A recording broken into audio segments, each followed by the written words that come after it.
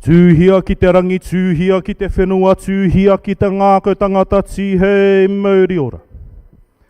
I te tīmatanga te kupu ko te atua no te kupu. Nana nei ngā mea katoa. Tēnā koutou i o koutou tini mate, haere e ngā mate. Haere ki te wā kāinga, haere ki te kāinga tūturu o tō tātou matua nui te rangi haere, haere, haere atu rā. Haere ki hauai ki nui, hauai ki roa, hauai ki pāmamao. Āpiti hono tātai hono rātou te hunga mate ki a rātou. Āpiti hono tātai hono, tātou te hunga ora ki a tātou. Ka tuku ana takumehi, ki tō tātou kuini te ariki ngā wai hono i te pōpō tatau, te whirowhiro, te tuawaru, te pauherenga waka, te pauherenga iwi, te pauherenga ngā iwi katoa, rire, rire hau, paimā rire. Ki te iwi e takahia ai ana i te whenua nei, ko Ngāti Whātua ki ora kei tēnei te mihi ki a rātou. E te whare e tū mai nei, e tū mai rā, hei haka ruru hau ki a tātou. Tēnā koe. Kia kuranga tira, tēnei te mihi ki a koutou. Nau mai, hara mai, ki tēnei hui hui, nau mai, hara mai, ki tēnei pō pai, he pō ki te haka kotahi tātou. Ki te noho tahi, ki te hakaro tahi, ki te akotahi. Nau mai hara mai ki te tepu, nau mai hara mai ki Open Table. Ko waiahau, ko rākau tapu te maunga, ko tapu ai te awa, ko hoki anga haka paukara kia te moana. Ko ngā tuki mata whaurua te waka, ko ngai tūpoto me ngā te here, ōku hapu, ko te rarawa kaiwhare, ko ngā pui nui tonu, ōku iwi. Ko te whānau Harris, tōku whānau ingoa whānau, ko Akata tōku pāpā, ko Ana tōku māma. No te motu o tumu te varo, ko rarotanga, no reira, kia ora na koto katoa toa i roto i te aroa o te tua. Ko wai tēnei whara, e tūtū mai nei kia koutou, ko Caleb Haurua ahau. Kia ora. Ka huri ahau ki te kaupapa nei, e hanga ana au tētahi whakatauki ki te kaupapa o Open Table. Anei, he aroha whakatō, he puta mai aroha. Nō reira, ka huri ahau ki te reo pāke, ki te haka mārama ki a koutou. And so, I've just said a whakatauki to you all, which in English roughly translates to, if you plant love, then love is what you will receive. And ko te kupu aroha, the word aroha is a word that I've prayed, I've thought about this hui, about our haerenga together as Open Table. And the idea there is that aroha is the thing that binds us. Aroha is love, and God is love. And so that kupu aroha, if you break it down, not that it's always good to break words down in te reo Māori, but we'll do it. Don't tell anyone, don't tell my elders. But you got the word aroha, which means the face, and ha, which is the sacred breath, the breath of life.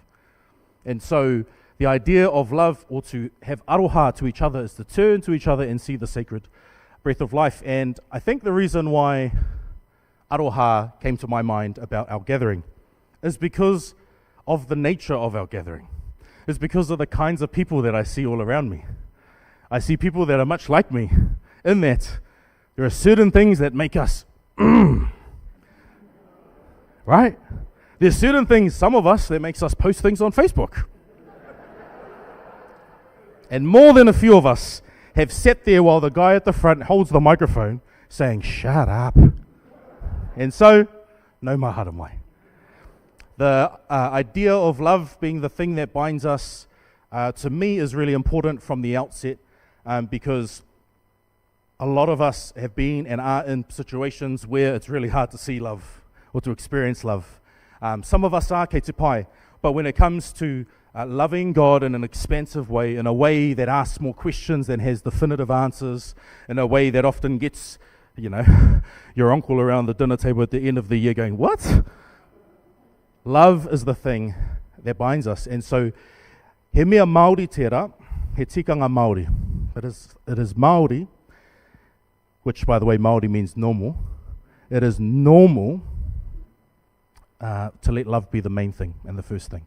And so I welcome you all in the name of love. I welcome you I roto i te aroha o te atua, I roto i te aroha nui o Ihu Karaiti, I roto i te kaha, i te wairua tapu.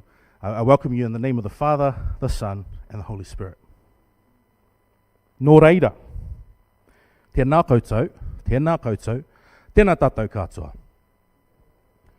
Te aroha, te whakapono,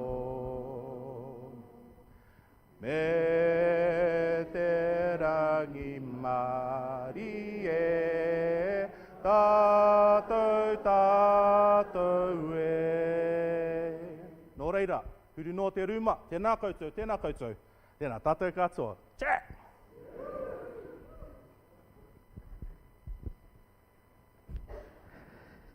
Kia ora, Caleb. Thank you.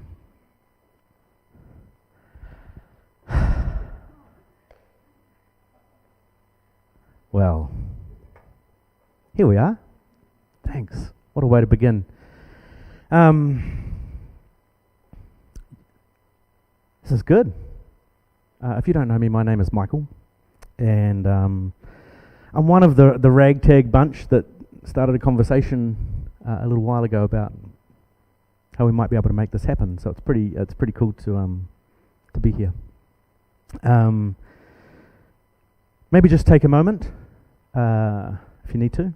Well, I'm just going to encourage you to. You might want to close your eyes if you're comfortable to do that, and just take a moment to feel your feet on the floor.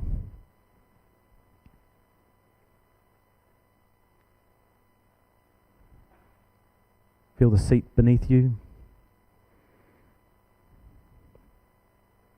the ground beneath your feet.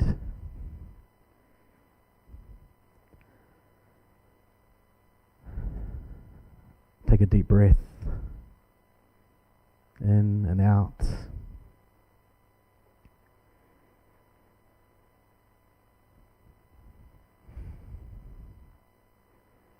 Just take a moment to acknowledge you're here.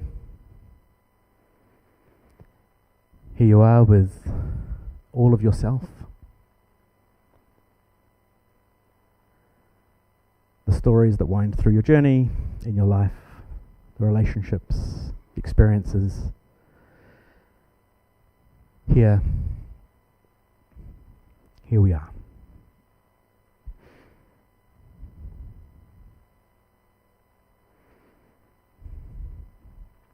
And you can open your eyes. So this is fun. We're going to do a few things tonight. I just feel like, even just for myself, just to slow down and acknowledge that we're in the room together is a beautiful thing. A little while ago, a few of us started a conversation, and we thought it might be good if we made a space for people of a. We struggled a little bit with the describing word for what kind of people this might be. And what are we? Are we progressive? Sounds very enlightened, doesn't it? Open, inclusive, some deconstructing, some who knows whating. So I don't know if we just landed on a few words, and we hope that they somehow have reached out to you and you resonated with them and found yourself here. A lot of the feedback I think many of us bump into, or a lot of conversations we have, is that people in this kind of space, or open, inclusive, progressive, whatever, still somehow attached to Christian faith and exploring what it might look like around, what Caleb has just so beautifully said. For so many people, it can be quite an isolating experience, or it can be a look around and how many people are actually thinking and feeling like this? And so a chance to come together and to look around a room and feel some solidarity, at the very least, is a beautiful way to begin. So sometimes being, like New Zealand is a bit of a niche country, and then to be sort of Christian in New Zealand is a niche within a niche. Then to be whatever we are is a niche within a niche within a niche. And And so to realize that there are other people in that niche is a beautiful thing. So I hope that's one of the things that comes out for all of us over this next day and a bit. I want to acknowledge all sorts of people here, right? Some of you, boy, I did have a conference, very excited. Enthusiasts. Disappointed by the lack of pyrotechnics at the beginning. Some of us may be introverts, already tired after all the mingling beforehand. Some of us maybe not sure how this is going to go. So I just want to acknowledge that. If you're feeling that in the space, that is also welcome. Yeah. I would imagine if we had a chance to tell everybody's story, we would find that there's quite a range of experiences. We're all in different places probably, and yet we have these things that kind of resonate for us, that bring us to a room like this. There's a couple of things we're going to do tonight which are going to involve you, so that's fun. Because a big part of the ethos of what we're going to do at the open table is that this is not about people up the front telling you everything that you should think, believe and do with your lives. So you are participants as much as anybody else, right? So what we thought we'd do, well, what I thought we'd do, is get a bit of a sense of where we're from. So this is going to involve you getting out of your seat. So for the introverts who are nervous about the fact that I might be suggesting you interact with people, take a deep breath. It's okay. You won't be made to do anything you don't want to do. Okay. But what I'm gonna ask us to do is to arrange ourselves kind of along from that side to this side. There's quite a few folk here. Hey, this really, I got to say, this really escalated. We're super excited that it did. It's awesome, but we're going to do this anyway because I think beautiful chaos. That's the idea, right? And so south. That's going to go. We're going to go Stewart Island. If you live on Stewart Island, you're by the window. And then we'll come back this way. And then if you live in Spirits Bay, you're at the big doors. All right. And you're going to arrange yourself in the room along the spectrum where you are. If you're not from New Zealand, hey, which I know there's at least one person, then you have to go up there. Yeah. Think we can do that? Okay, so you're gonna so Auckland's gonna be sort of. Oh, hang on, no, that's south, isn't it? Auckland's gonna be over there somewhere, and then we'll move our way down that way. All right? Okay, so move your bodies and find a spot.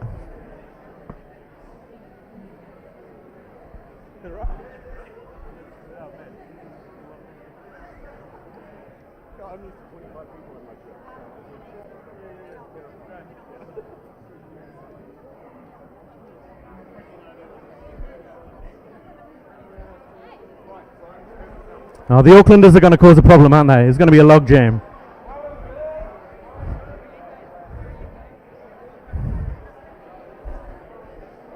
All right, do we have any Port Nicky, any Wellington folk? Okay, Wellington's here. South Island folk? Down there? Look at all these Aucklanders.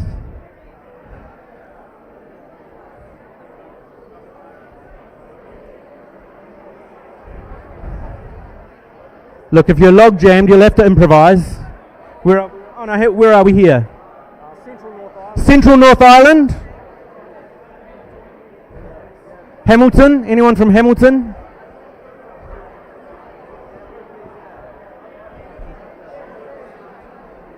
Hi, Hannah. Nice haircut. Oh, great.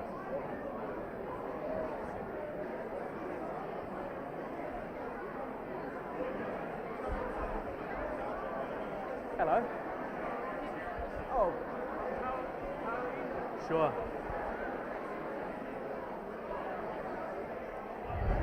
Alrighty.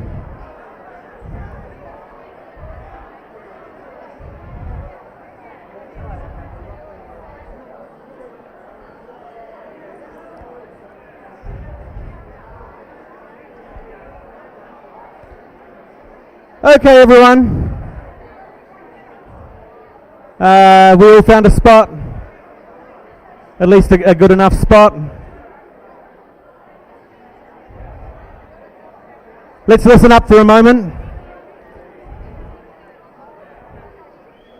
Yeah, thank you. Oh, thanks. So this is the problem with a bunch of people who have been taught not to comply. Right, so who have we got down? Where are we from? Dunedin. Outstanding. Then we're coming up, then what have we got next? Christchurch. Nelson. Yes. Great. Hey, Wellington. There we go, Paraparaumu. Morrinsville, did you say? Hey! Spent 5 years in Morrinsville. Where are we here? Taranaki. Oh, I see. You've gone out on the point there, haven't you? In great geography. Hamilton. Tauranga. Oh, hello, Meg. Where else are we going? Sunnyvale.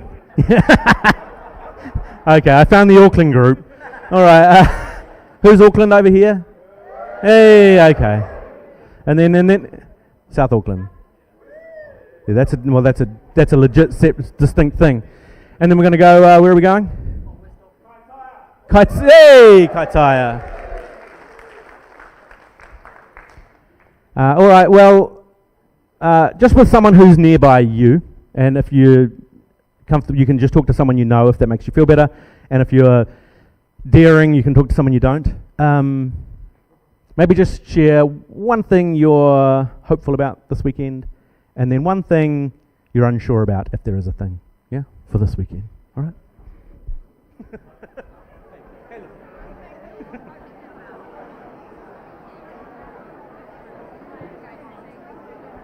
Oh, hello. How you doing?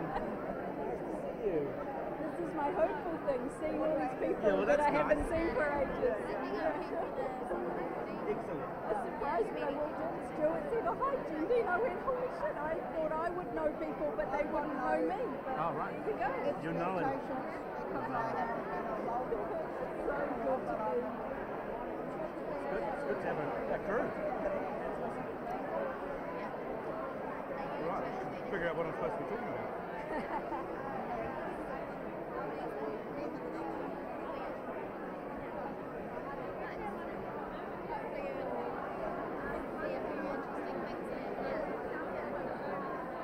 What about you?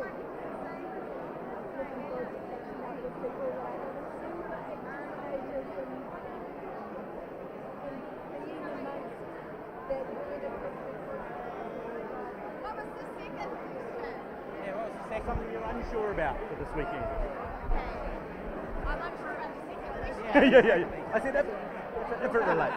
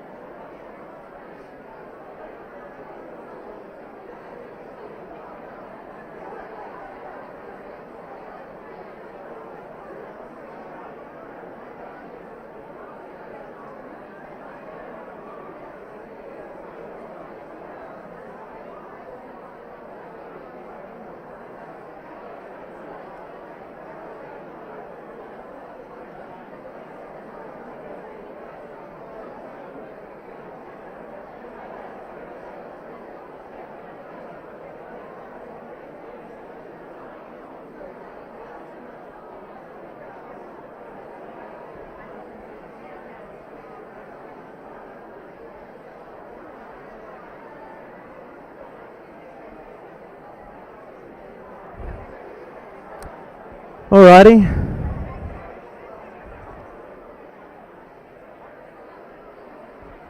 The second question, is there something you're unsure about this weekend?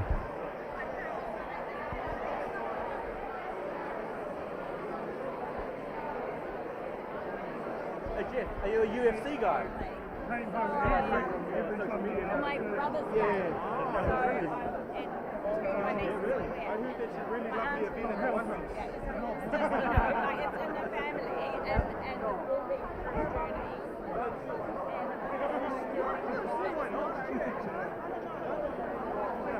Do you do it as well? Do you fight? So I kind of stay there, obviously.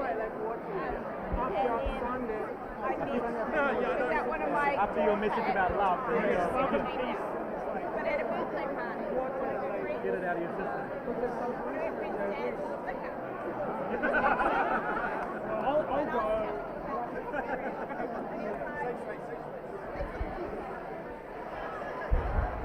All right.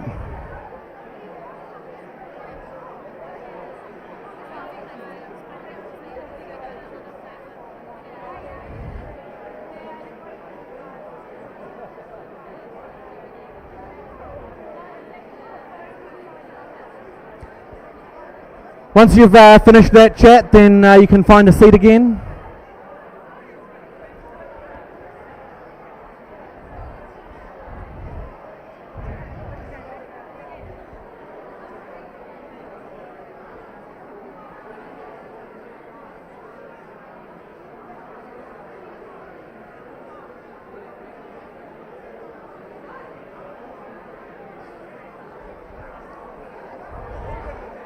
Yeah.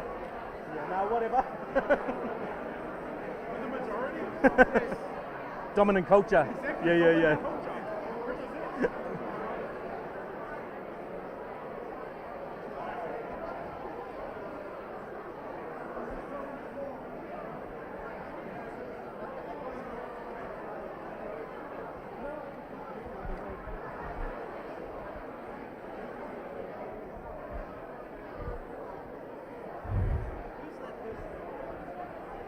Kataya? Mike is eyeball. Oh, is that your hood? Well, no, but I'm on the hood.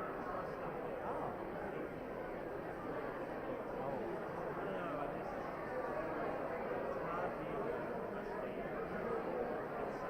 Yes.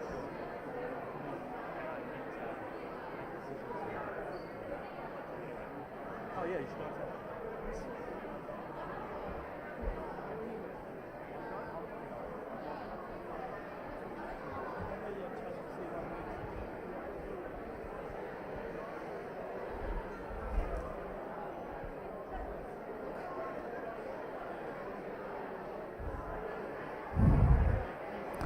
All right, let's carry on.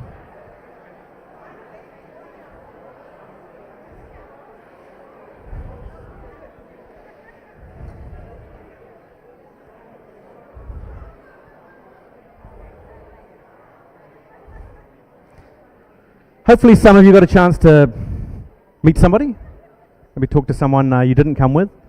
We have tried to create a bit of breathing room through our program and into tomorrow in particular, because we do feel like this is probably where the real richness is in the conversations together, as much as the content. So embrace all those moments that might be possible to connect, unless you need a quiet space, in which case there is a room you can go to. So there is a room if you go out there and around to the sort of where the office is, right? And then the minister's office up there. And if you need at any point over the weekend just somewhere to go and chill and be, then that's a space that you can go to. Cool? A couple of other things. If you see someone wearing one of these rainbow ones, it means those people are amazing.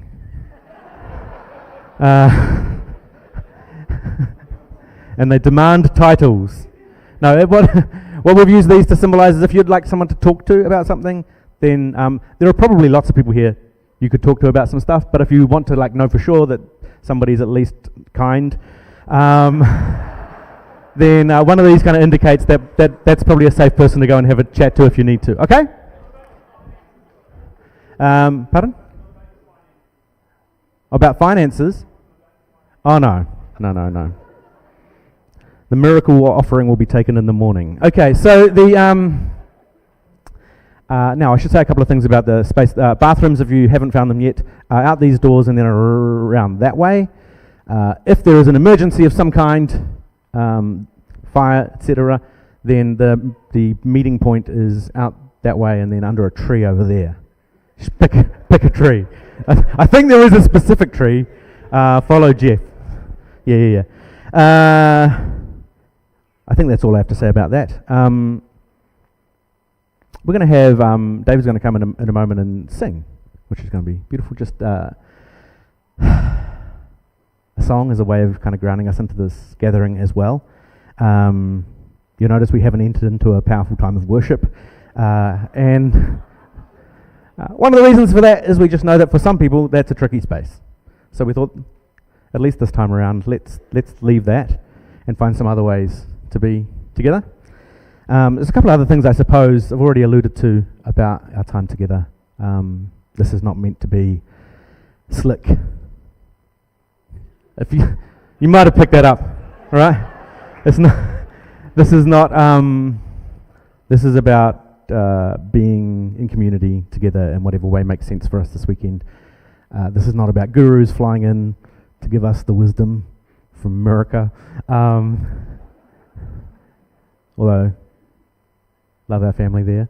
This is about us having some conversations together, right? So that's kind of the way we're going to go about things over the course of tonight and tomorrow. So we've got a few more things to share tonight, and in a moment, once David's come and sung, then we're going to hear from a few other people who've pulled us together, and then we're going to hear from Glenn Bennett this evening as well. So it's going to be good. So I'm going to ask David and Rosemary to come, and David's going to sing.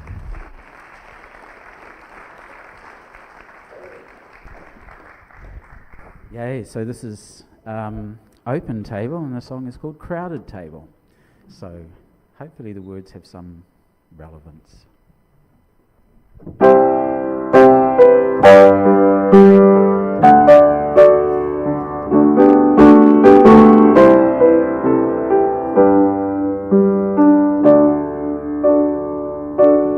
You can hold my hand when you need to let go. I can be your mountain when you're feeling very low. I can be a street light showing you the way home. You can hold my hand when you need to let go. I want a house with a crowded table and a place by the fire for everyone. Let us take on the world while we're young and able, and bring us back together when the day is done. If we want a garden, we're gonna have to plant the seed. Plant a little happiness, let the roots run deep. If it's love that we give, then it's love that we reap. If we want a garden, we're gonna have to sow the seed. I want a house with a crowded table and a place by the fire for everyone. Let us take on the world while we're young and able, and bring us back together when the day is done.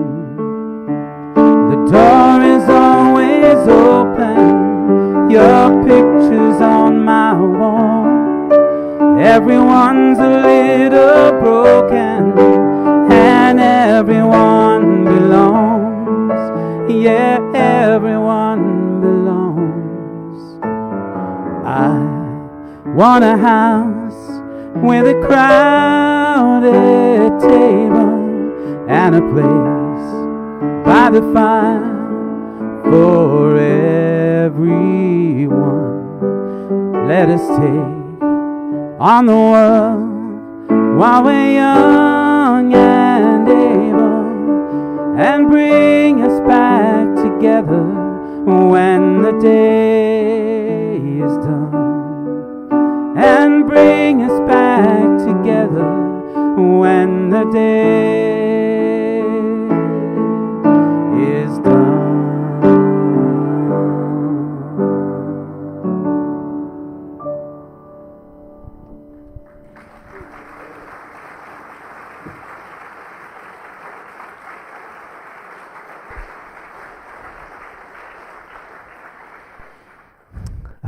Beautiful, thank you. So lovely. Hey, we are streaming tonight, but it's the backs of your heads, so you're safe. So hello, people, thousands across the nations. Yeah, no, if you are online, it's nice. It's nice that you are seeing us, but we can't see you, but we see you in here. I don't even know where the camera is. Where is it? Oh, it's over there. Hello. I was looking at the clock. Okay, we are. I'm going to invite David, Jeff, Kathy, and Stephen. They're going to come ascend the stairs to the couches. These are a few, not everyone, but just a few of the team who have helped to pull together this, and we're just going to have a bit of a conversation about a few things together with you. All right? So yeah, you can all come up here. The spot you choose says a lot about you.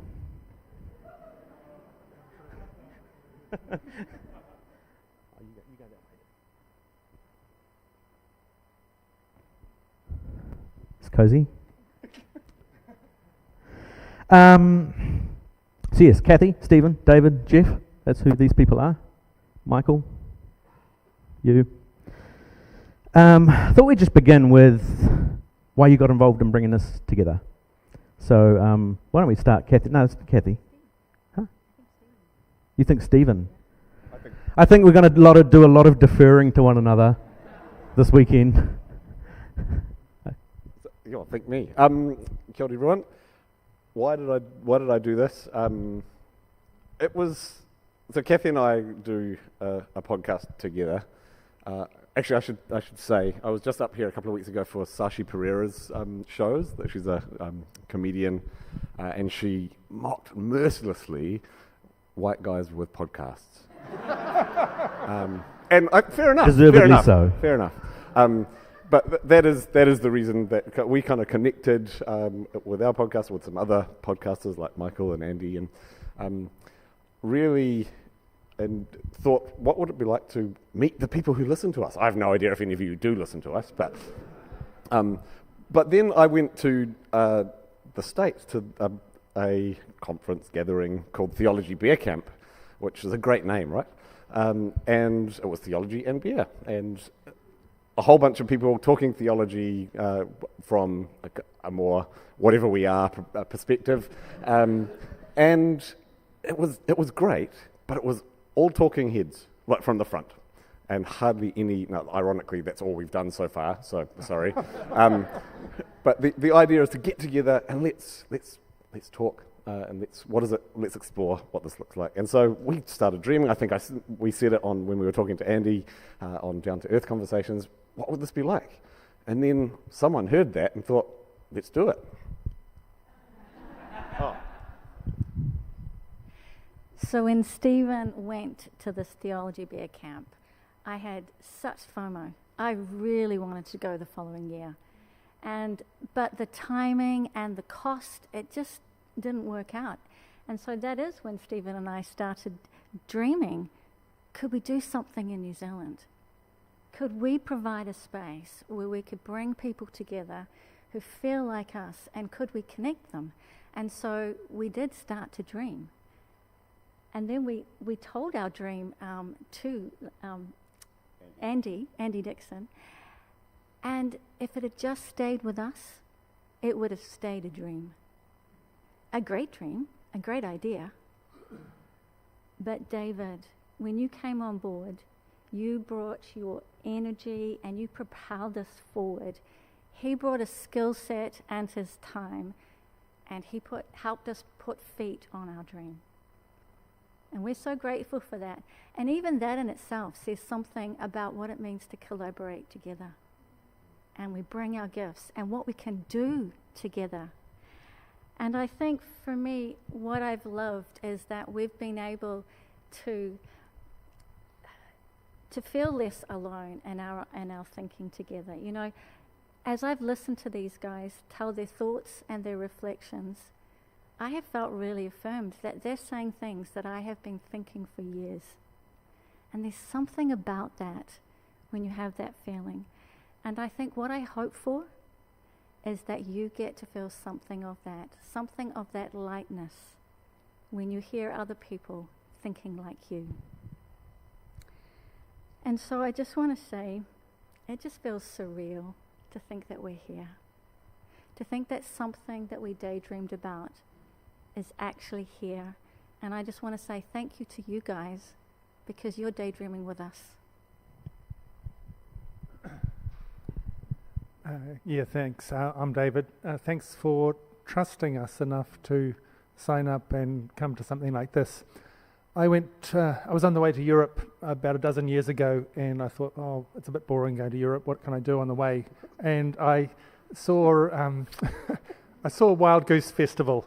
I'd been a fan of Brian McLaren for a long time, and Tony Campolo, and I saw they were at this conference I'd never heard of before. So I went to it and stayed in a tent in North Carolina and hung out with these awesome people, people with faith and an interest in justice, an interest in spirituality, but no interest in judging other people or telling other people what they should do. It was very much about you and your personal journey, whatever that was.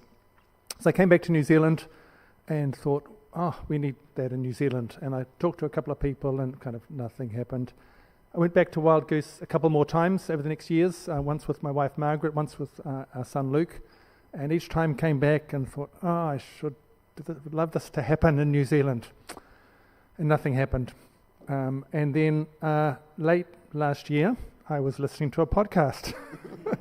And it was Andy Dixon's podcast, and I listened to 2 episodes of it, which I don't think it's the first time I'd ever listened to it. I don't know why I did. It's good though. It's good. Oh, and their one's good, and his one's good too. They're all good. Okay, but a white guy. Anyway, on it he interviewed these 2, and they said, we need a theology beer camp in New Zealand. The next episode I listened to, same journey, Petra was being interviewed on it, and she said, hey Petra, she said, we need a green belt in New Zealand. And I thought, they're speaking my language, that's what I want. Now I happened to be in a group also of kind of inner city-ish ministry type people that I'd snuck in on, and Stu was in it, and Michael was in it, Jordan was in it, and we one day we were sitting just Stu and Michael and I were sitting talking, and we started talking about, could we do something like this? And so we thought, let's explore it. So I reached out, email, who am I? You don't know me, but I reached out to these guys and to Andy and got really positive response from them. So we kind of pulled together a really sloppy, interesting team, and it's been so much fun. I mean, I hadn't met him physically till today, and Andy till today, and Caleb till today, but it's been fun. The journey has been fun. I don't care what happens now. That's not true. But it's just been so nice working with people without egos, without trying to manipulate anything, just wanting to serve the community with a sense of vision and a sense of, this is what we want, let's make it available for other people as well. So it's been so much fun so far. Hopefully the rest is as well. Do I need to say something? Yeah, how'd you get involved? How did I get involved? We're talking over there. Okay, yeah. So these sofas are usually over there. So one day I got an email from someone who said, "Hey, you are new at Somerville." So I was new. I just came last year. October is when I started working here. And he said, I would like to meet and talk to you about this thing that we're hoping to do in June. Would you be interested to have a conversation? And I thought we are going to have a 10-minute conversation about our church hosting something that I don't even want to be part of. But no, and I'm not joking. Anyway, but I am joking. But we ended up spending we talked for over 2 hours just talking about stuff. And I think the reason why I got excited was because a lot of progressive people are closet kind of people, right? We kind of hide ourselves. Because the dominant culture is more conservatism, right, in our churches. And so most of us have these thoughts or these struggles that we have, and we kind of just pretend that they're not there. Or some of us have given up because you just think nobody thinks things that I'm thinking about. So for me to find someone who I could talk to for 2 hours without wanting to downplay what I'm thinking or what I'm feeling was exciting. And that's what happened. And that's how I joined. Awesome. Okay, question for Kathy then. Yeah. Don't be surprised, you're up here. No, we already said, I think Stephen mentioned before as well, kind of a different approach from the kind of the VIP talking head kind of figure. Why has that been so important for us? Yes. Because it reflects a really deep value that we have as a group. You know, we thought about it. We could get you absorbing some really good information. But that's not how we learn. We become passive learners that way. And so we wanted to primarily shape our gathering around connections, around being able to reflect and connect with other heart-minded people, which is what you're saying, Jeff. And these workshops, they reflect that we are practitioners alongside you. We're wanting to provide a starting point, a process that we can keep coming back to the questions and say, well, what about this? And what if this? Or, this is my experience. And so our hope is that we can have these kind of courageous conversations and listen deeply to one another and to practice that. And practice is hard, but we hope that this is a place where we can do it, because love compels us to keep trying. And maybe also, I think our hope is that we can hold a space for a spectrum of thinking. And I hate to say this, guys, but you're not going to necessarily come away with all the concrete answers. It's a space to lament about the way we long for things to be. And what we hope is that you will be able to bring your lived experiences to the conversations, because that opens us up to diverse and perspectives. It opens up our understanding. And that's how we shape our worldview, when we listen deeply to one another. And so our aspirational hope is that as we listen and we talk to each other and we collaborate, we can do something together that we can't do on our own. And isn't this what we did as a team? I mean, I just can't believe it. This is really cool. And what I hope is that we can be a part of generating something surprising. I don't quite know what, but let's just go with surprising. Oh, you've got one. Yeah, I do. Can I just give you this one as well? So we're going to have a bunch of workshops tomorrow that are available for you, and we've got amazing people facilitating those workshops who bring lots of helpful stuff to the table. But for all of the workshop spaces, we've also, we're talking about creating room for conversation, right, as well. So be prepared for that, yeah? Because that's a big part of what we wanted to do. Now, we haven't read a lot of scripture yet. David, I've got a question for you. How's your view of the Bible changed over time? Like, do you still have anything to do with that? Oh, that's a tough one. Yeah, it's bizarre because I've got a theology degree. I ran a Bible college. I used to teach interpreting the scriptures, and I ended up with this love-hate relationship with the Bible, and a lot more of it was hate than love, actually. And I had problems with some parts of it, some big parts of it. A lot of the Old Testament, and a lot of Paul, and a lot of the other stuff. I quite like Jesus, and well, actually more in the Synoptics. So get me into the Synoptics, and near the Sermon on the Mountain, I was in my sort of happy space. James was good because it reflected, Jesus' teaching. So then the whole deconstruction thing, and I guess I've been on a journey. I really like the meta-narrative, the big picture stories in the Bible, the big themes, loving God and loving your neighbour. I mean, that's enough to keep me going for a long time.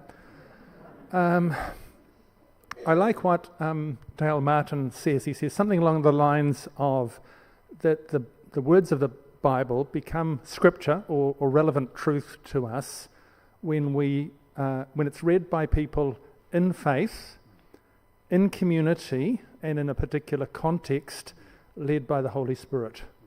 And I go, okay, so it's not just all the words are equal, and we treat them all magically as this sort of blanket, pick a verse from here and take it out of context and do what we want with it. It's none of that sort of stuff, but there is important truth in it for us for now.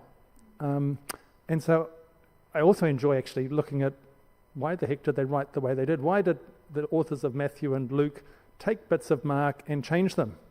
Wasn't it good enough? Didn't they like why did they add this? Why did they take that out? I think that's fascinating. And I hated Paul.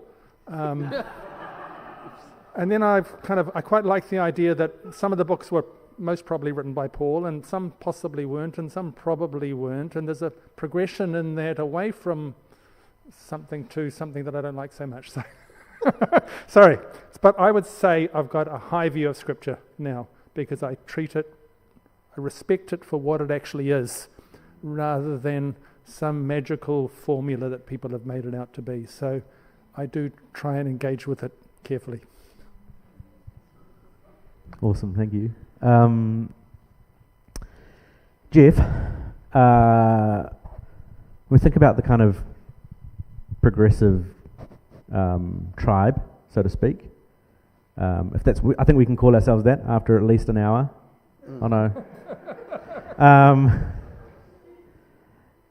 What do you think the opportunities are for the kind of progressive space, and what might be some of the things to watch out for? Yeah. I think the opportunity that progressive claims have is it gives people the hope that there are other people who are thinking about things differently. I think it's not helpful when people who are gathered in communities keep hiding that they are curious about how to do things differently. I think people should stop hiding that actually we need to approach Scripture with a bit of humility. That there are people who have been marginalized and brutalized by our interpretation. I think there has to be.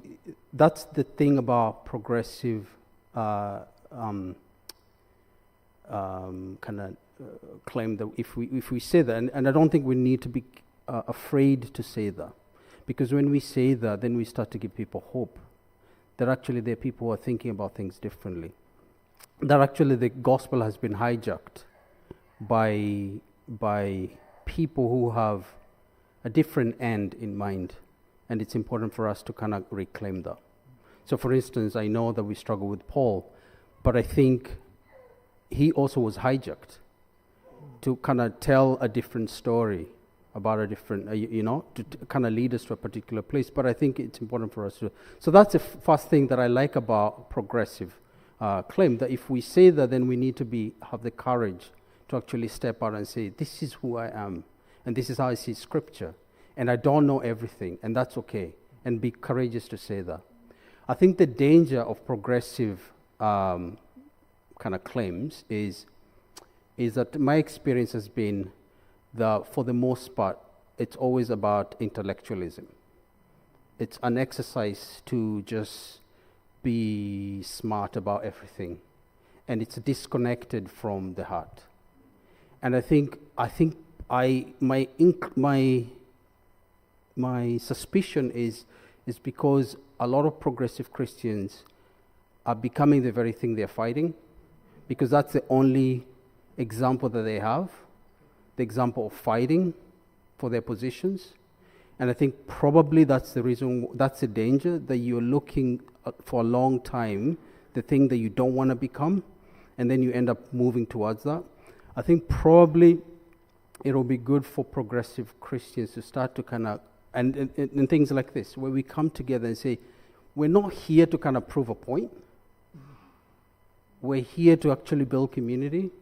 We're here to go deeper in the things that we kind of have intuited to be happening. We're here to affirm each other and say, you're not crazy. Because that's how the journey starts, with people saying, oh, I thought I was crazy, but then I read Richard Rohr, and he's saying the things that I've been thinking about, so I'm not crazy. So that's the first thing, we affirm each other. But I think the danger is, if we're not careful, we then live a life that is disconnected. But I think this is a space where we start to reconnect that. Yeah. Awesome. Thanks, Jeff. Stephen, what's a key moment for you in your journey toward the form of faith that you have now? Or one or two key moments, maybe? The first time I think I experienced unconditional love was pretty formative, and I was old. Well, considering being in church my whole life, it was in a particular crisis, where my world had fallen apart, and I was in Kathy's garage with the community that Kathy and co leads, and there are a bunch of people, and some of them are in the room. Oh my gosh. And they held my hand, and they didn't say a word. And in that moment, I knew, even though things had fallen apart for me, that I was going to be okay. And I was loved for who I was, even with the crap. And so that's a pretty formative space. So, yeah. Beautiful.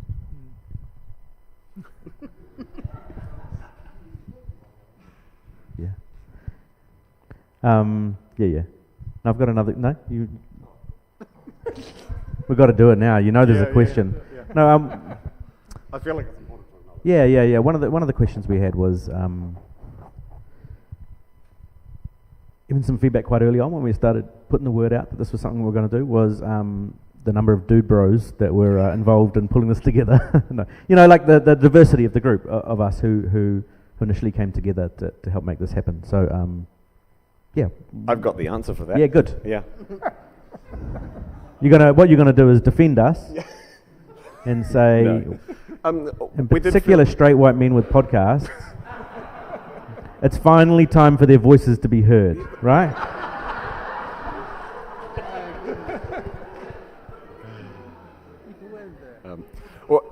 I really appreciated the pushback that we got in that space, because I think that is part of the problem that I'm constantly critiquing in my spaces. Like, why is it just the guys doing it, or why is there just one woman, or they're all from a particular place.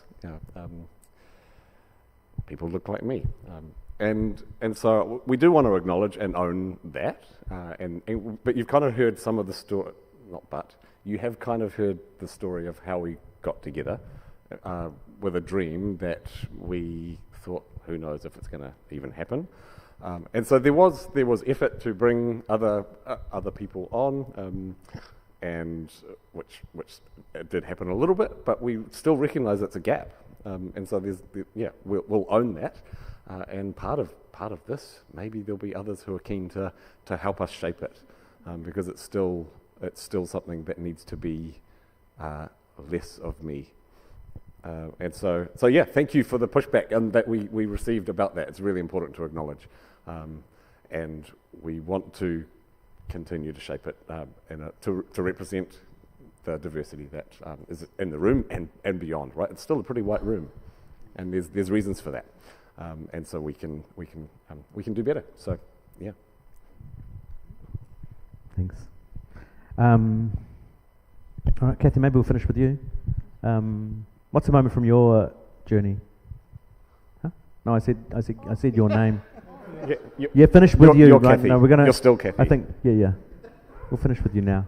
We'll make this the last one. Yeah. What's a key moment from your journey that's shaped your faith now? Well, Stephen's probably kind of mentioned the journey of our faith community, but the season that led up to that was when I started studying and doing my theology degree. And I was doing it with young children, so it did take quite a while and gave me lots of time for ideas to brew. But what stood out to me in that season was I had one professor in particular who really welcomed my questions.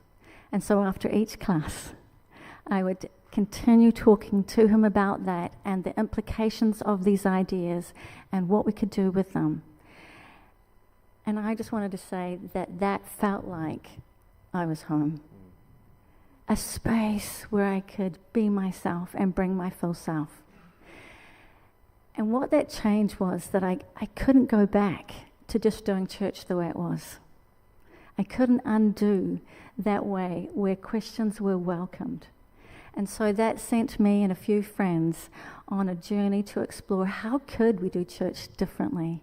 How could we create a place where we could gather and learn together and do life together and do it with our families, all in. And so we started this faith journey, and it wasn't perfect, and it was messy, and we had to keep reminding ourselves that that's okay, or at least my friends would remind me that messy is beautiful and a normal part of life. And so that period really shaped me. And so a key value from that time is that curiosity that continues to shape the way that I want to live my life and faith. Beautiful. Thanks, guys. It's great.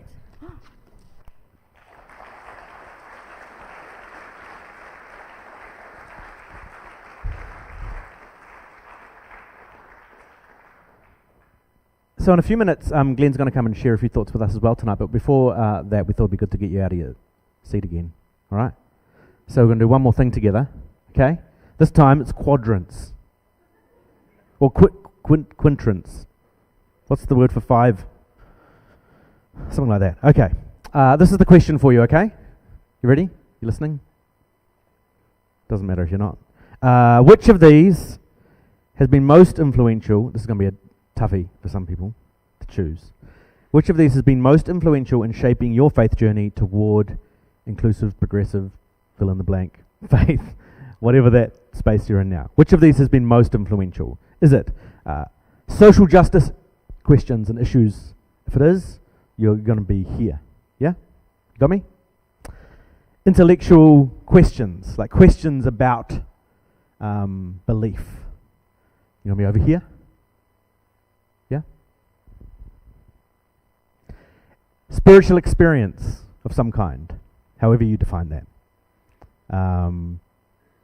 You're going to be over there, sort of towards the sound desk area, right in front of the camera.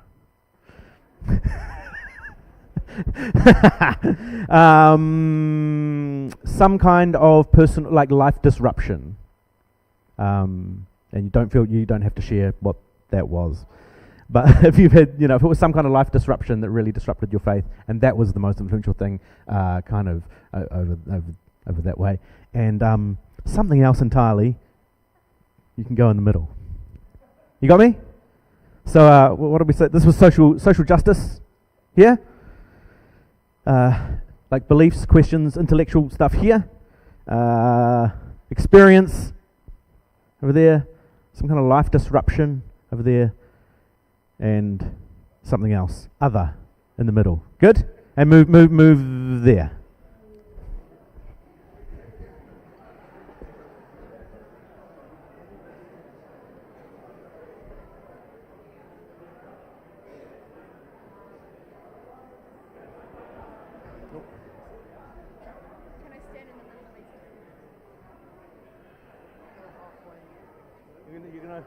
If you can reach one hand to the other.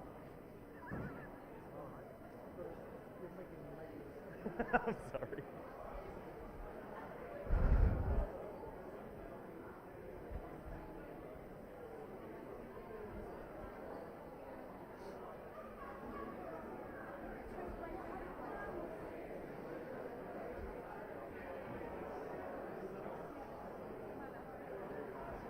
Oh, look at all our others. Yes.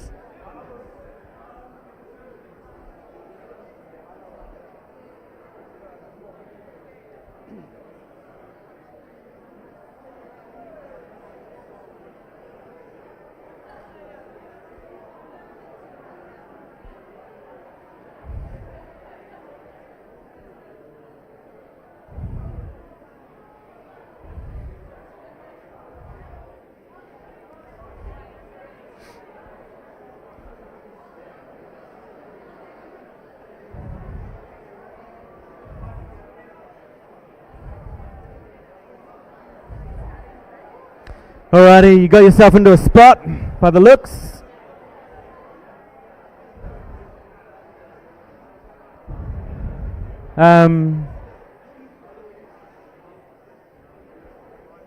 Hello again. Hi, it's me.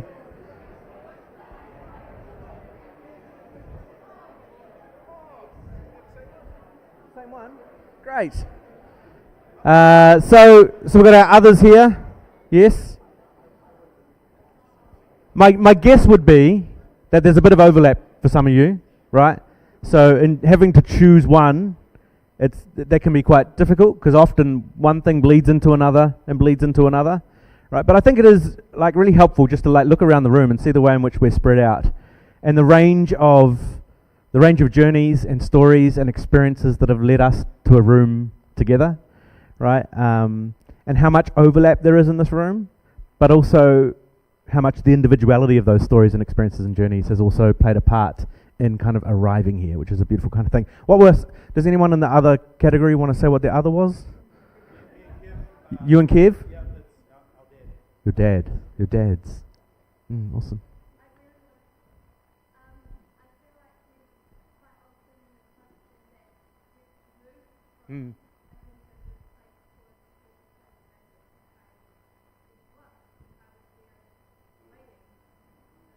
Awesome. Love that. Love that, absolutely. Anyone else in the other? Want to offer an other? No? You think I want to hear from the intellectuals? No, no chance. We haven't got time, Stu.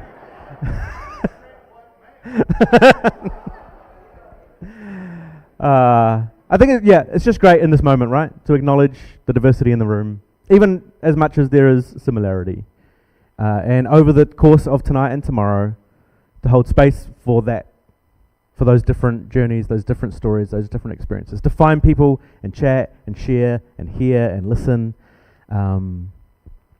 This is not necessarily the weekend to soapbox for hours on end about your thing. You know what I mean, right? But it is an opportunity to listen to one another, to have these conversations, and to find the ways in which we can actually become a beautiful place of solidarity for one another. So, thanks for participating. You can find a seat. That's good.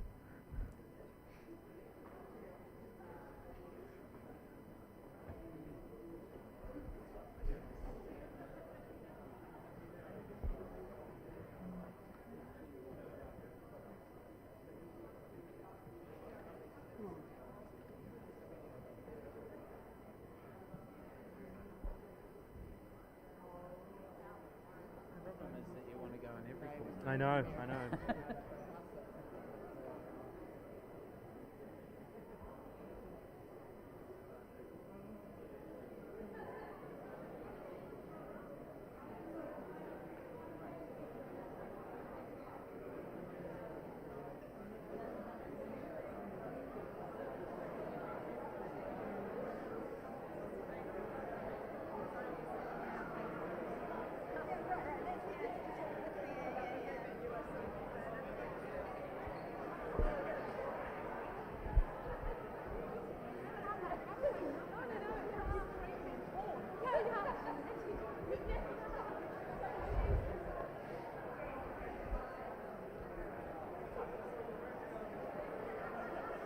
Where's Glenn? Is Glenn around somewhere?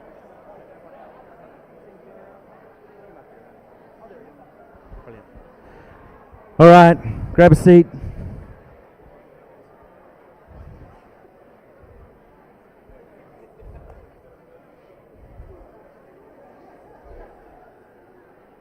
Hello. Nice to see you.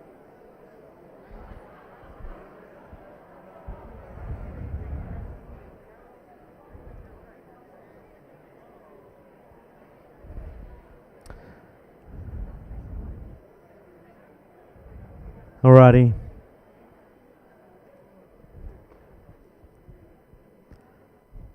Hey, so for the final part of our evening tonight, other than more chit chat and good times, as we're going to hear, Glenn Bennett's going to come and just share a few thoughts with us for the last part of this evening. If you don't know Glenn, he's a Labour MP. Long before politics, though, I'm assured, Glenn worked a lot in the community sector.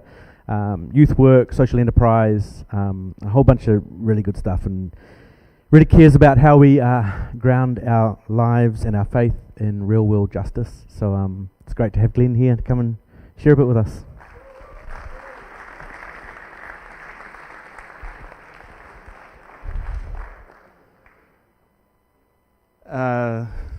Tēnā koutou katoa. Ngā mihi nui, kia koutou. Call Glenn Bennett Tōku Ingawa, and I wasn't going to mention that I was a Labour MP, so thanks very much. But obviously, since this is progressive and open and all that kind of thing, I'll allow members of other parties to participate tonight. Party Vote Labour. So it's lovely to be here, and I'm kind of like, I'm kind of a little bit unsure why I'm here, but I'm really grateful, and it is a real privilege to be here and to be doing the final kind of hour tonight, and the leading you to that experience that is near the front by me.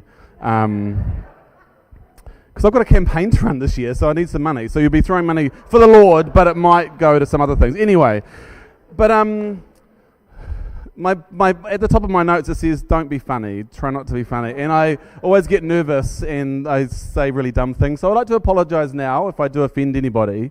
But this is the open space, right? This is the, he says, hopefully. Now, I just thought we could maybe, as we prepare ourselves for the weekend, it's already started, maybe we could think about playing a game of bingo. We're talking about progressive Christianity, so progressive Christianity kind of word bingo. Some people get it. There are some words. What would be some progressive trigger words when it comes to progressive Christianity? Let's just throw some out. Let's just let the moment take us. Just speak it out. Deconstruction, there's one. Thank you. It's written down. Social justice, affirming, inclusive. Oh, okay, that's quite nice. That's a good one. Doing life, unlearning, post-evangelical. Any others? Richard Rohr. Oh, geez, okay, I didn't write. That's a good one. I'm going to note that one down for later. Podcast. And I'm a white guy, and I don't feel like I've quite made it because I don't have a podcast yet, but that's coming, hopefully. By the end of my talk, people will be rushing to sign me up. But just ever think, there's just so many words, I think, when you think of progressive Christianity and where it's at, and let's just sit in it. Let's just hold the space together tonight as I as I try to land a plane badly. But we talked about where we're from, but I thought it would be really good as we start the weekend to think about how you arrive tonight. So how do you arrive tonight? We know where you came from and what you might have come in. I'm assuming a car or a plane or a bus, or if you're in the Green Party, you might have ridden here on a bike. That's cool. Thank you very much. Appreciate that.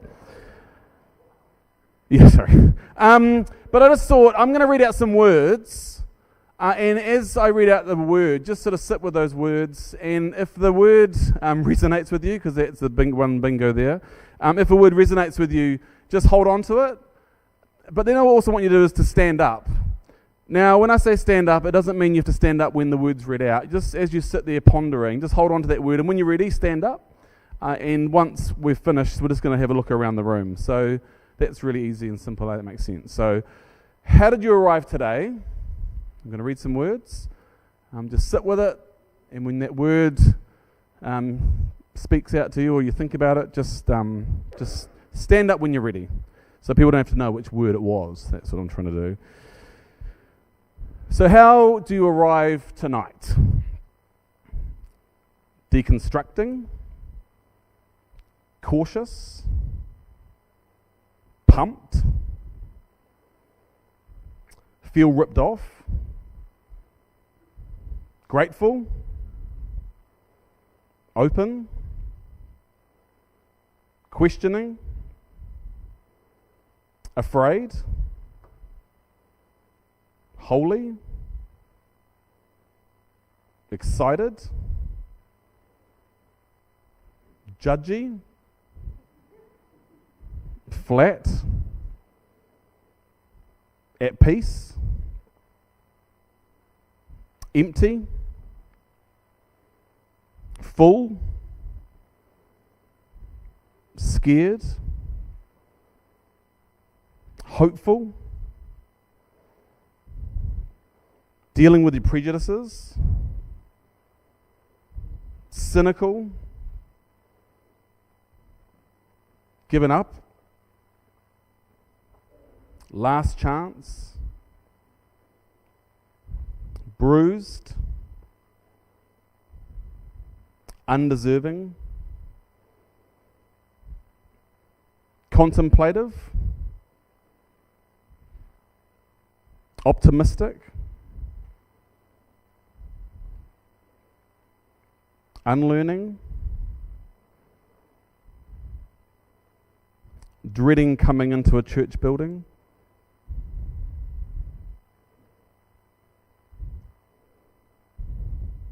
at peace.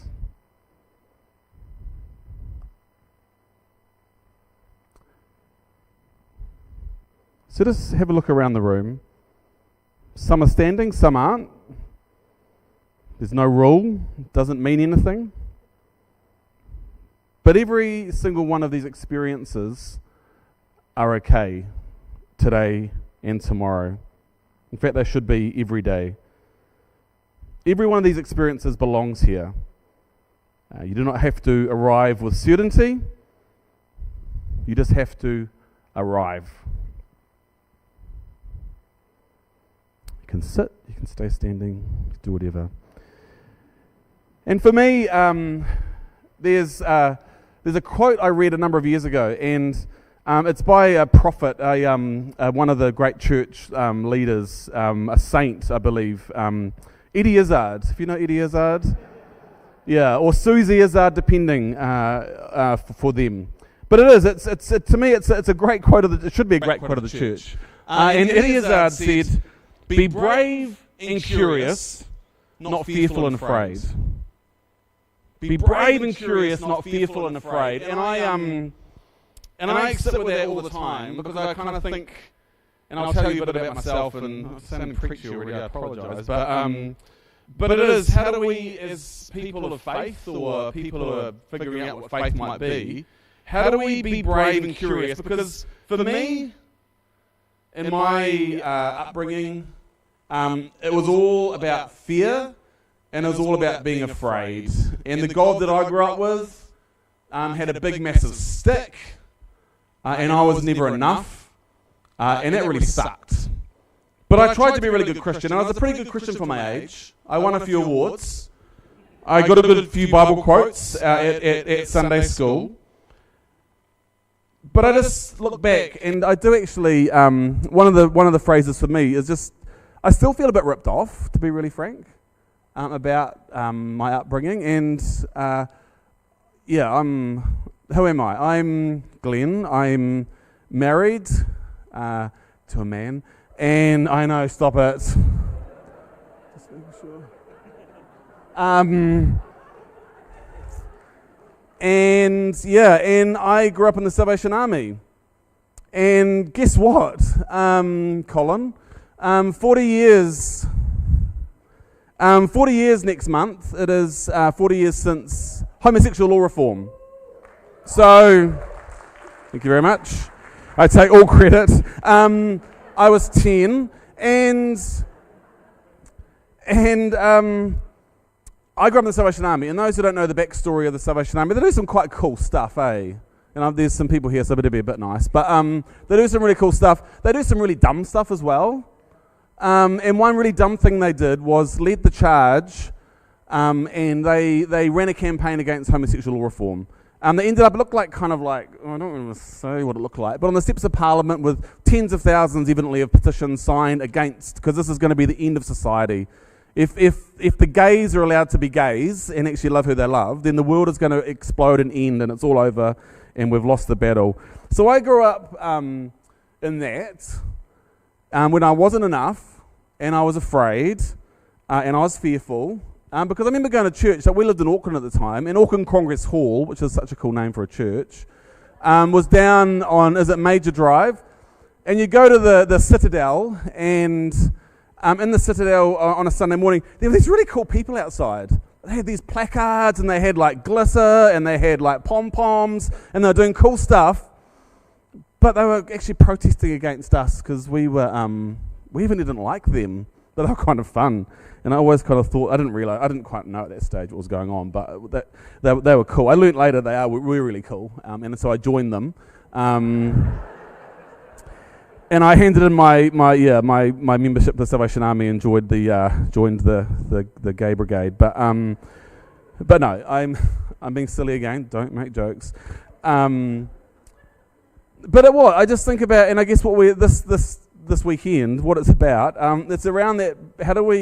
How do we be progressive and open and lean in to a world that is kind of fear and being afraid is kind of mandatory? And I'm in blinking politics, and I'm a bit embarrassed, because kind of part of your job is to make people scared, because then we'll protect you, we'll save you. Don't tell anyone this isn't being streamed, is it? This isn't going out to the. That's cool. But like it is, and I think of America, not us. But I just think it is one of those things where we need to find a way to be on the right side of history as people of faith. And I'm going to be really depressive and sort of take the tone down a bit. I apologise, but the world is kind of stuffed. Yeah. We're living in a time of massive change, of uncertainty. You say AI once an hour, and it's just because you say it because it's what you say. But like the way technology is changing so rapidly, we just don't know where it's going. You look at I guess I look around the room. No offence, but I guess we're mostly from the Western world, and the power structures that we've lived in kind of has protected us, we think, but really badly, it's kind of crumbling. And the certainty of what the future holds when it comes to climate change and our natural environment and our ecosystem, and it is all kind of in a bit of a, the black and white kind of the truth that the church has is kind of hard to figure out. The binary norms, and I think this weekend, we don't all sit in the same place, right? We don't all think the same thing. Like some of you are sitting here now going, either this guy's a dick, or he's a gay, or what time is he going to finish, because I really want to go home and watch the football. But the binary norms of our world are kind of, from black and white. Like if you think about gender, or you think about who people can love, or what a normal family looks like. You know, it is all an upheaval, and that's kind of cool, but it's bloody scary as well, because, you know, the kind of coming to church on a Sunday and having it really clear and having it spoon-fed to us, I think, well, I guess for many of us, it's just we can't stomach that anymore. It's sort of we are so curious and want to lean in to what is possible. So what's the point of my story? Yeah, it's always a good question. The point of what I want to, I guess, share tonight is that we, as people who are exploring faith, I think need to move from a place of oppression to a place of liberation. And this is my own story, right? So I should have said at the start, feel free to listen, take on what you want, let go of anything that's you don't resonate with, that's fine. But for me, my story is, you know, oppression, and I felt like an other and like I wasn't good enough, and I was, life wasn't easy. But, I mean, I had it really good, by the way. But the liberation story, I just think is something that I wish I'd learned as a kid in church and in Sunday school and what that meant. But liberation for my neighbour as well as myself. And I think as I look at 40 years of homosexual law reform, you know, there was a moment of liberation, and it didn't fix everything. By golly, it hasn't, because you look at what's going on right now and it feels like we're going backwards again. But it was a step. And just to make it really clear, there were some really yucky things said. I'm not even going to say them tonight because they're just gross. But for me in my life, and I guess the challenge or hope is for you in your life, how can you be part of the liberation story? You know, how can we be part of that? And that's how I approach my life every day. I'm a foster parent. I'm from a small state housing community. I've been in youth work and worked in restorative justice and done everything I can to kind of just to try to make the world a better place, and I guess to find liberation for myself through serving others and helping them find their own liberation. So let's be open that we're not right, but that hopefully if we're on a path to liberation and looking for it and searching for it, then it's kind of okay to be a bit clunky and to struggle and to kind of trip as we go. And for me, you might think, what the hell am I doing in politics? I ask that my question to myself every day.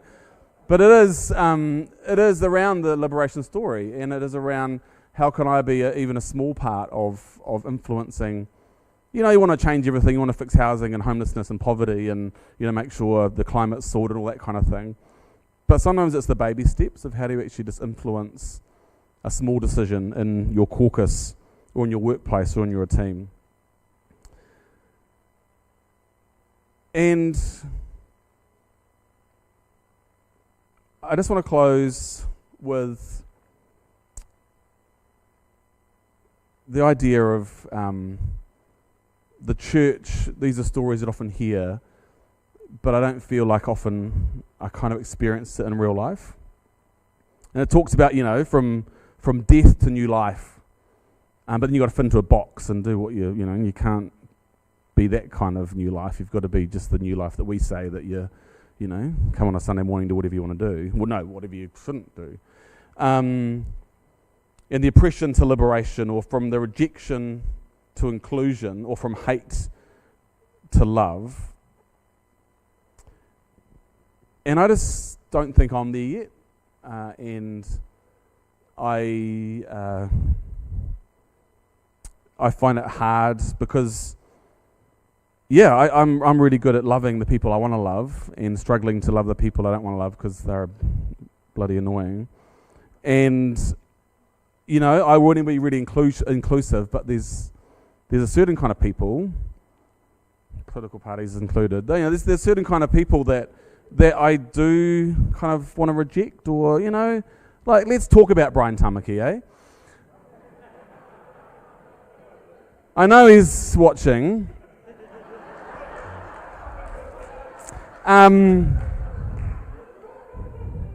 The fact that Dan has such good eyebrows. I mean, look, I've got terrible eyebrows. He's got amazing. Have you even noticed how beautiful? Anyway, sorry.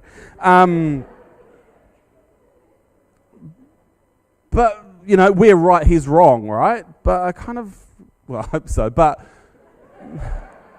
it's hard because is my version of faith, which I really struggle with, right? Not really.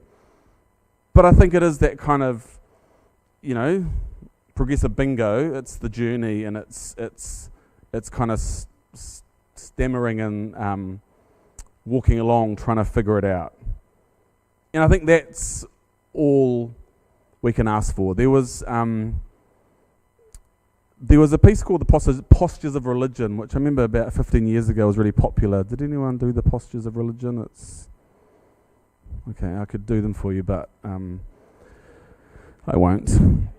No, but it was but it explained like religion, Christianity, religion. It was all based around, you know, like these. You have fear, and then you goes from fear to we can fix that, to then being control in this kind of loop, and kind of all kind of faiths have that. You know, there's a hell, or there's a demon, or whatever it is, and then there's a solution that religion can give you, and then they have control. And so, again, I'm waffling all over the show. I really apologise, but I really think about how do we break that cycle together, and it's not about us all believing that.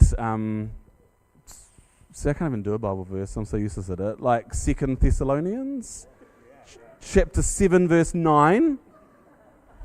You know, you know, I know. Well, you know what it says, you know what it goes on about, and then the second part of it, but it's... See, I have no idea what I'm talking about. But it's actually about us walking together to break that cycle, because surely religion, surely faith is about liberation, and surely it's about how do we include people and not exclude people. There's a prayer, if I can find it,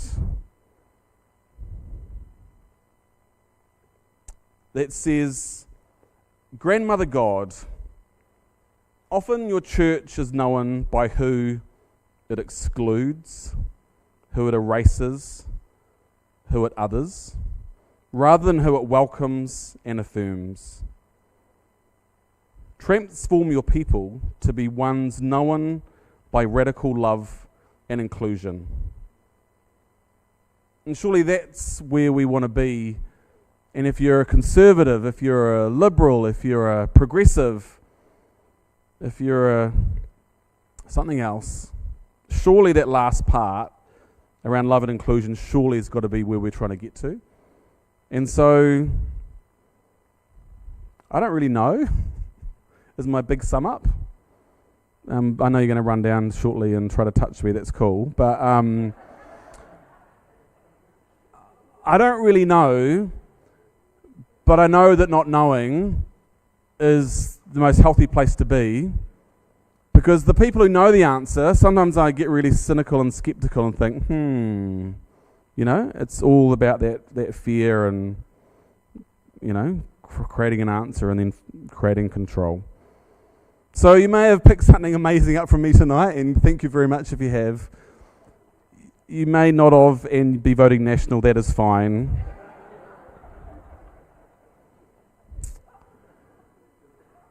But let us not only tonight and tomorrow be brave and curious, but as you go out into your everyday and into the places and spaces you occupy, to be brave and curious, open and inclusive.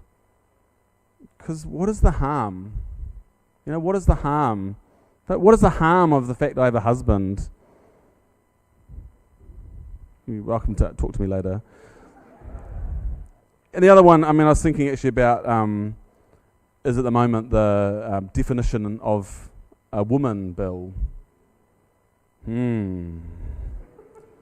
Very progressive. But there might be people in the room, and genuinely, who think, well, it's fair enough. We need to kind of, protect women-only spaces. So we need to lean in with each other. We need to be brave and curious, to listen and learn and understand why people believe the things they believe. But I think we also need to be generous and loving, because what is the harm of the life I live because of the way I was created and the others around me? Thank you. I finally got it. And I'm just going to close with a prayer or a something someone wrote once, which is really cool, so I won't take credit for it. But it says, "Do not be dismayed by the brokenness of the world. All things break, and all things can be mended, but not with time, as they like to say, but with intention. So go, love intentionally, extravagantly, and unconditionally." Kia ora.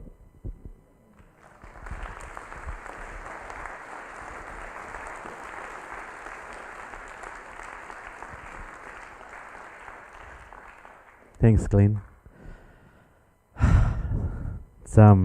It's good. It's a good space to be. I'm very happy to be here. And I think something what Glenn was just speaking to, and Jeff actually mentioned earlier as well, and I've talked recently with friends about as well, is I think so often people in our in more progressive, inclusive spaces feel like we are the anomaly to the main thing, and the main thing often defines itself as the main thing, the conservative, particularly Christian culture. So the invitation to be brave and to be curious, to look around the room and go, here we are. Yeah, this is good. I think that's a part of the invitation for this weekend, to embrace together and to lean into it. I also really love, because I know that sometimes all of this holds a lot of tension, I love how much we've laughed tonight. So thanks for bringing that energy as well, even as we hold some of the hard stuff together over the next day or so. So that's us for the formal part of tonight. We're going to be starting at 9 tomorrow morning with a little bit of time together, and then we're going to go into our workshops tomorrow. So please be here before 9 if you can be, but if you can't, hey, no worries with that kind of group. Okay, but please do be, but no pressure, all right? Okay. Stephen's going to have an Excel spreadsheet, note the time you come in, and then we'll be sending out letters to everybody. Thanks heaps for coming out. It's so good to be with you. Look forward to hanging out tomorrow. Kia ora.